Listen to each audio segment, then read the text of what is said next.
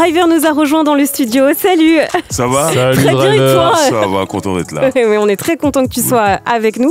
Bienvenue en tout cas sur Move. Alors tu es rappeur, animateur et aujourd'hui éditeur, puisque tu t'es lancé dans un tout nouveau projet. Tu as fondé ta maison d'édition qui s'appelle Paper Mundi et tu y publies un livre intitulé Sex, Money, Murder que tu nous as ramené, qu'on a juste là donc entre les mains. Donc c'est le nom d'un gang new-yorkais du milieu des années 90. Alors voici le teasing que tu en faisais il y a quelques mois.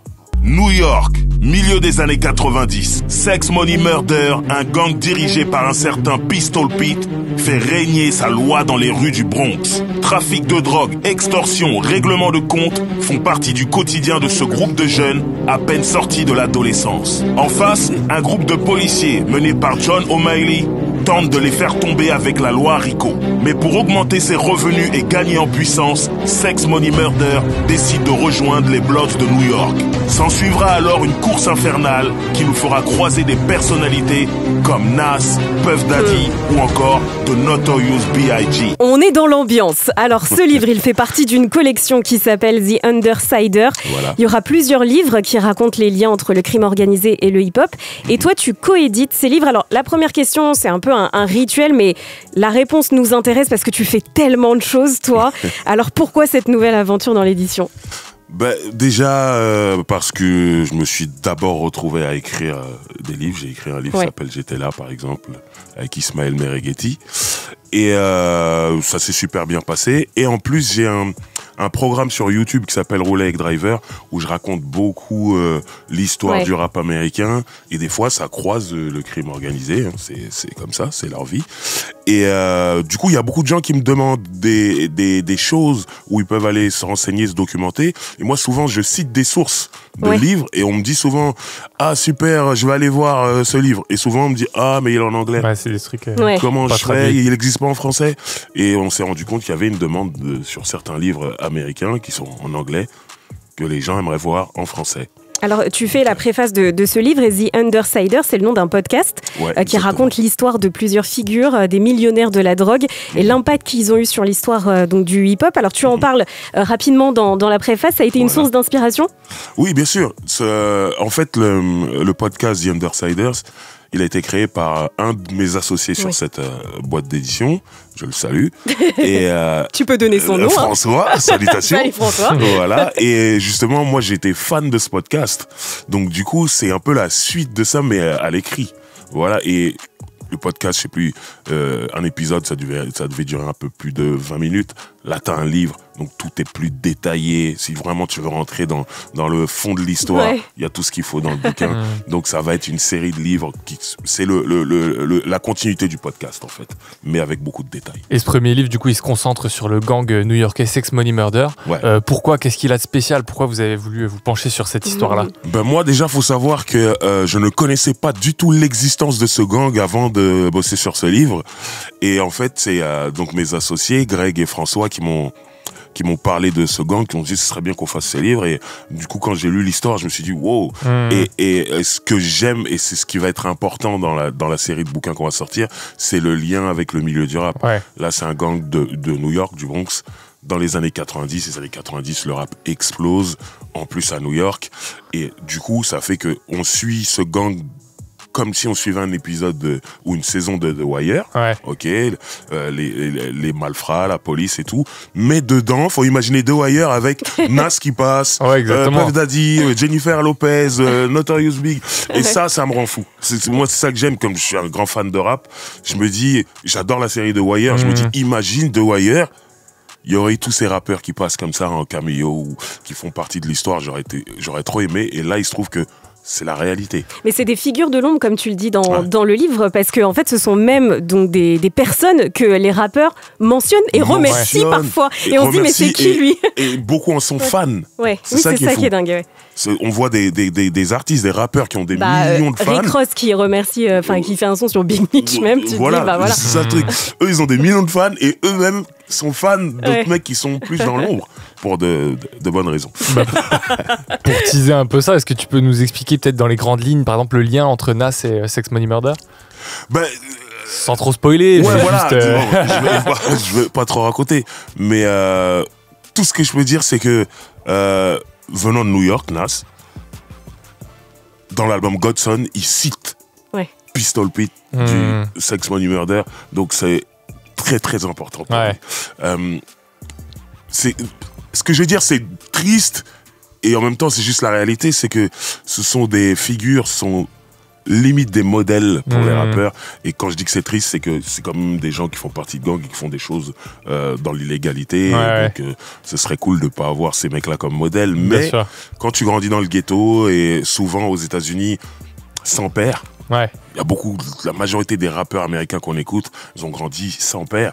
Souvent, ils vont chercher une figure paternelle chez les héros du ghetto, et souvent, les héros du ghetto, c'est ces membres de gang-là. Donc, Dans la préface, toi, t'écris justement que tu t'es intéressé au milieu de la criminalité grâce au rap, en écoutant du rap américain notamment. Est-ce que tu penses que tu aurais été intéressé si t'avais pas écouté de rap? Quel rôle le rap a joué dans cet intérêt pour le crime organisé? Très bonne question, parce que, en fait, moi, en grandissant, j'ai vu des films sur la mafia italienne. J'ai vu, par exemple, Scarface, où t'as un Cubain qui débarque aux États-Unis et qui grandit dans le monde de la drogue et qui monte les échelons jusqu'à descendre. Mais voilà, très peu de choses étaient documentées sur les ghettos noirs et les organisations criminelles des ghettos noirs. Et en fait, moi, ce qui m'a appris des choses sur ces gens-là, c'est les rappeurs. En écoutant le rap américain, en grandissant, en maîtrisant un peu plus mon anglais, j'ai commencé à me dire, ok, mais qui est cette personne? Ok, on parle souvent de Bumpy Johnson, c'est qui? Machin. Il se trouve que Bumpy Johnson, il y a eu une série qui est sortie, je sais pas, 20-30 ans après que j'ai entendu son nom dans un morceau de rap. Donc c'est vraiment, ça commence à être documenté maintenant, mais par exemple American Gangster, Frank Lucas, tout ça. Et on voit toujours des liens avec le rap, parce que ces gens-là sont les grands-pères des rappeurs, en fait. Et donc oui, c'est le rap qui m'a fait connaître Big Meech. Parler de Big Meech. Rick Ross. Moi aussi. Rick Ross a fait un gros refrain avec Larry Hoover et Big Meech. À un moment, tu te renseignes et tu te rends compte, ah ok, c'est des gangsters. Rick Ross lui-même, son nom de rappeur, il l'a emprunté à quelqu'un qui s'appelle Freeway Rick Ross, qui est vraiment un gangster et dont la série Snowfall a été inspiré de sa vie. 50 Cent, son nom, il l'a repris d'un vrai gangster de New York qui s'appelait 50 Cent. Voilà.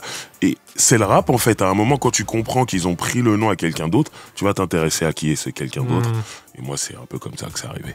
Toi, c'est marrant parce que tu as ce truc très américain, même quand tu rappais et quand tu rappes, tu es très inspiré par la West Coast, mais en même temps, tu es aussi très français. Tu viens de Sarcelles, tu as même un mandat de maire de Sarcelles. À vie.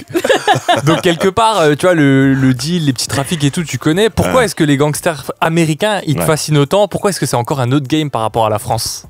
Parce que c'est loin de moi et que je le vois comme un film. Quand c'est proche de moi, c'est pas un film, c'est tragique. Tu vois ce que je veux dire? Parce que ça se termine toujours mal, ces histoires. Et comme tu le dis, j'ai grandi dans un endroit où j'ai vu des choses et ça s'est jamais bien terminé. Donc je me vois pas raconter l'histoire des Français, et des fois je suis même un peu trop proche. Donc non.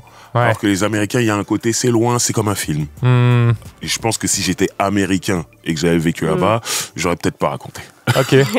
C'est marrant cette petite différence. Du coup, là, t'as pas l'impression, quelque part, d'un peu de glorifier ça? Parce que comme c'est loin, tu te dis, tu le vois comme une histoire, en fait. Non, voilà, je glorifie pas dans le sens où, tu vois, en arrivant ici, déjà, j'ai dit directement, c'est tragique, faut pas prendre ces gens comme modèle, donc je glorifie pas, mais je te raconte une histoire réelle.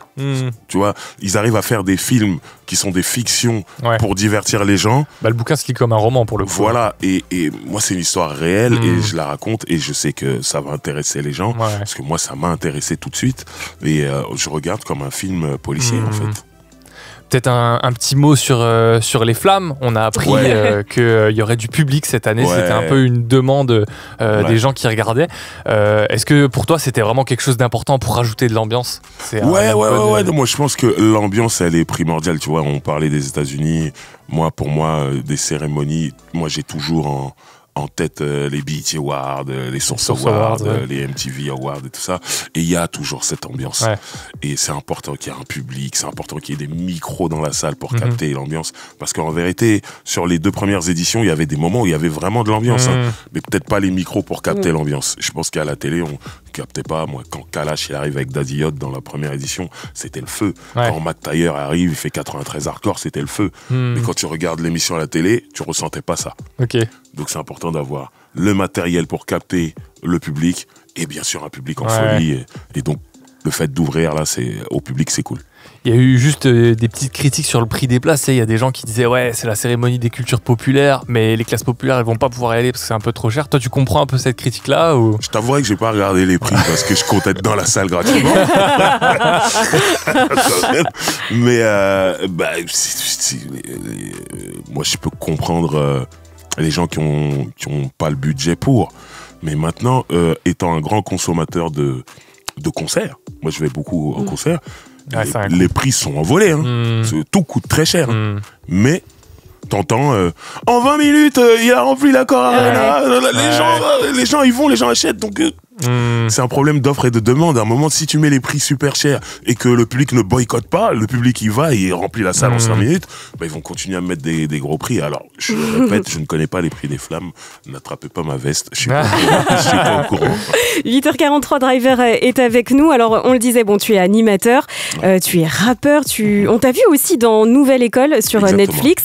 Tu lances ta maison d'édition aujourd'hui avec cette belle collection de livres. Quand est-ce que tu deviens agent de foot? Tu sais qu'il y a plein de rappeurs qui font ça maintenant, Kalash Criminaire, par exemple. Il y en a aussi aux États-Unis. Je sais que tu aimes le foot. Franchement, il te manque plus que ça, j'ai l'impression. Ah, mais moi, je vais avoir du mal parce que je suis trop supporter, en fait. Ah ouais. Et pour être agent, faut être plus businessman que supporter. Moi, je suis un supporter de l'AS Monaco. C'est-à-dire que tous les grands joueurs, si je suis agent, je vais dire allez à Monaco. Mais je veux aller au Real. Non, va à Monaco. Je veux avoir des places gratuites. Voilà. Moi, je vais tous les mettre à Monaco parce que je veux que Monaco gagne. Je serais un très mauvais agent.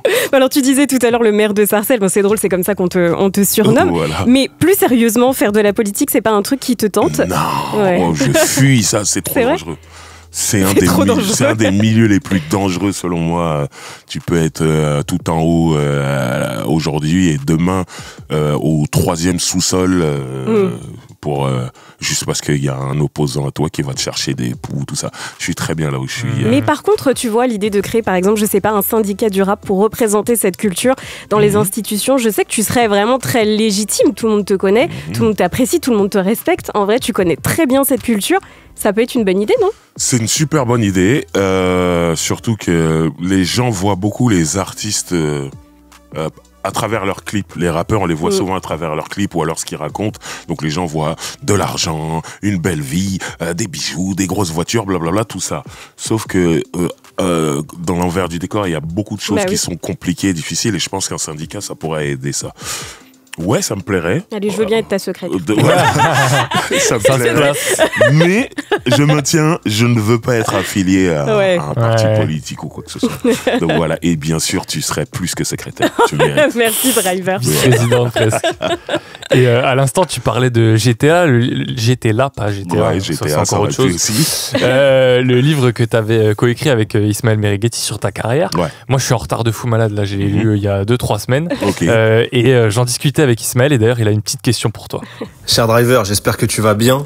Toi qui as eu l'occasion de côtoyer des personnages infréquentables du hip-hop, notamment Suge Knight, le patron du mythique label Death Row, avec quelle personnalité sulfureuse du rap tu aimerais passer une soirée? Voilà, j'attends ta réponse.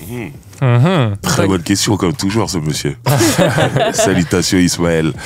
Jay Prince du label Rapelote. Qui est connu officiellement comme étant un très grand businessman qui a commencé par la musique et aujourd'hui qui est dans le monde de la boxe, qui est promoteur de boxe. Donc, voilà. Mais à l'intérieur, il est connu comme étant un gangster et qui s'est jamais vraiment fait attraper. Donc c'est dans ce sens-là où il est sulfureux. Tout le monde sait que, mais officiellement, il n'y a rien. Et on a essayé de le faire tomber plusieurs fois. Et j'aurais bien voulu passer un moment avec lui juste pour discuter. Je sais qu'il ne me dirait pas grand-chose sur les activités louches. Mais moi, j'aime bien prendre l'énergie des gens. Quel type d'activité louche, tu sais un peu? On ne sait pas. Extorsion, règlement de compte. Tout est possible. Est-ce que ça pourrait faire l'objet d'un livre ou pas? Lui-même a déjà sorti un livre, donc peut-être le traduire pour la France, on ne sait pas. Mais j'ai croisé son fils cet été à Miami. et avec une armée de gardes du corps. Et mais j'ai eu quand même l'occasion de discuter avec lui. C'est lui qui a découvert Drake, hein. Faut quand même le savoir. C'est lui qui a découvert Drake. Et donc j'ai parlé de ça avec lui. Il était très content qu'un Français soit au courant qu'il ait découvert Drake. C'était incroyable pour lui. Il me disait qu'aux États-Unis, c'est pas tout le monde qui est au courant. Donc voilà, j'ai pris un peu de l'énergie de son père à travers lui. Merci beaucoup Driver d'être passé nous voir ce matin. Je rappelle que le livre donc Sex Money Murder que tu préfaces et coédite est disponible dans votre boutique en ligne. Je donne l'adresse, allez-y, shop.papermundi.fr. Tu voulais rajouter quelque chose? Écrit par Jonathan Green. Ouais, tu as raison de le préciser. Et qui est excellent à avoir dans sa bibliothèque ou à offrir à Noël. Merci. Exactement. Merci beaucoup d'être passé nous voir. Merci beaucoup.